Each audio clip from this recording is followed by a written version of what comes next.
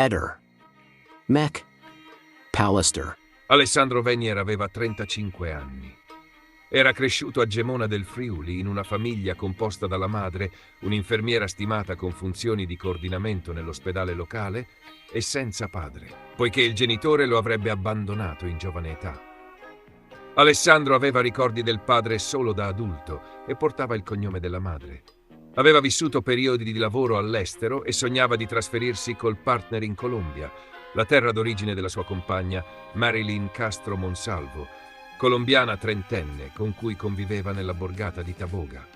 I vicini riferiscono che Marilyn fosse vista come la figlia che la madre non aveva mai avuto. Un legame molto forte tra le due donne. La convivenza era segnata da conflitti frequenti. Alessandro era disoccupato, svolgeva lavoretti saltuari, non contribuiva alla vita familiare né economicamente né nelle faccende domestiche. Le tensioni culminavano spesso in litigi per motivi apparentemente banali. A scatenare l'escalation è stata una discussione perché Alessandro non aveva apparecchiato la tavola, nonostante la promessa, in una serata che già viveva un clima emotivo difficile. Nella notte tra il 25 e il 26 luglio 2025, in preda a un raptus, la madre ha colpito Alessandro in casa. Ha poi ammesso davanti al magistrato di aver commesso un atto mostruoso, confessando l'uccisione.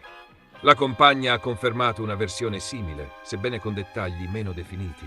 Successivamente il corpo è stato smembrato con un'ascia sezionato in 3 parti, legato con corde per facilitarne il trasporto e l'occultamento e sistemato in un bidone collocato in una cantina o autorimessa adiacente alla villetta. Gli inquirenti hanno ricostruito che le corde e la calce viva sono state acquistate online su Amazon nei giorni precedenti l'omicidio dalla madre. La calce viva è stata versata in più strati sopra il corpo nel bidone, presumibilmente per accelerarne la decomposizione e neutralizzare l'odore.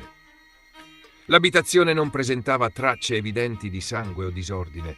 Gli ambienti sarebbero stati ripuliti con grande cura nei giorni successivi al delitto, cancellando quasi ogni indizio materiale.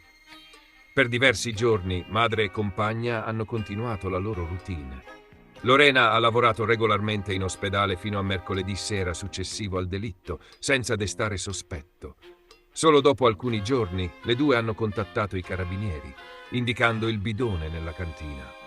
È stato necessario l'intervento dei vigili del fuoco per estrarre i resti, che sono poi passati all'autopsia e agli accertamenti medico-legali. La bambina di 6 mesi di Alessandro e Marilyn è stata affidata ai servizi sociali, poiché non sono stati individuati parenti prossimi disponibili.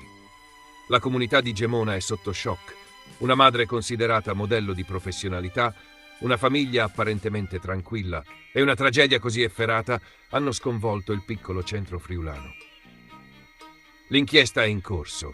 Le accuse formali riguardano omicidio volontario, occultamento di cadavere e premeditazione. Gli investigatori stanno valutando i ruoli personali nella vicenda, considerando la full confession della madre e il ruolo subordinato della compagna.